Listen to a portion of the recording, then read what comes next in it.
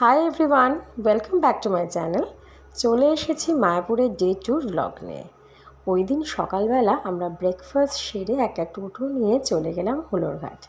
সেখান থেকে লঞ্চে করে রওনা দিলাম নবদ্বীপ ঘাটের উদ্দেশ্যে। আমাদের লঞ্চ চলেছে জলঙ্গি নদীর ওপর দিয়ে। জলঙ্গি ও ভাগীরথী নদীর সঙ্গমস্থল, কি অসাধারণ সেই সঙ্গম! একদিকে ঘোলাটে জল আর একদিকে পরিষ্কার জল। তোমরা ক্যামেরায় কতটা বুঝতে পারবে জানি না, কিন্তু সত্যি সত্যি সঙ্গমের জায়গাটা খুব ভালোভাবে বোঝা যায় যে দুদিকে দুরকম জল ভাগ হয়ে যাচ্ছে। যাই হোক, নবদ্বীপে নেমে আমরা একটা টোটো ভাড়া করে নিলাম। দুটো টোটো আমাদের 1000 টাকা পড়েছিল। সেখান থেকে আমরা শুরু করলাম এক এক করে দর্শনীয় স্থান ঘোরা। গুপ্ত বৃন্দাবন দিয়ে আমাদের সাইট সিইং স্টার্ট হলো। একটা একটা করে অনেকগুলো স্থান আমরা দর্শন করলাম।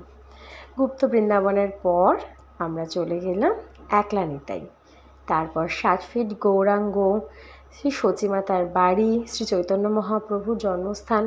ভিডিওতে তোমরা বিভিন্ন জায়গাগুলোর নাম দেওয়া থাকবে, তবে কিছু কিছু জায়গা আমরা ভিডিও করতে পারিনি, আর নামগুলো পরে এডিট করার সময় সবটা মনে নেই, তাই লিখতেও পারিনি। কিন্তু অনেকগুলো জায়গারই নাম দেওয়া আছে, তোমরা দেখে নিতে পারো। নবদ্বীপের অলিতে গলিতে ইতিহাসের ছোঁয়া আর ধর্ম। শ্রীকৃষ্ণদেবকে শ্রী চৈতন্যদেব কীভাবে ভালোবাসতেন, কীভাবে দুজনে একাত্ম হয়ে গেছিলেন, সেই সমস্ত কিছু এই নবদ্বীপে এলেও দেখতে পাওয়া যায়।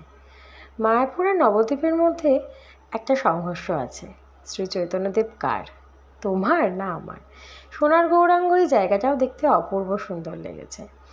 ওখান থেকে আমরা সমস্ত জায়গা ঘুরে আমাদের মায়াপুরে পৌঁছাতে দুপুর হয়ে গেছিলো। লাঞ্চ সেরে নিয়েছিলাম সেদিন বাইরে। আবার সন্ধেবেলায় মন্দির দর্শন করে সেদিন আমরা একটু কোয়ালিটি টাইম স্পেন্ড করছিলাম, তো ছবি টবি তুলে নিচ্ছিলাম, কারণ সেটাই ছিল আমাদের মায়াপুর ঘোরার শেষ রাত। এভাবে দিনটা কেটে গেল। Thank you.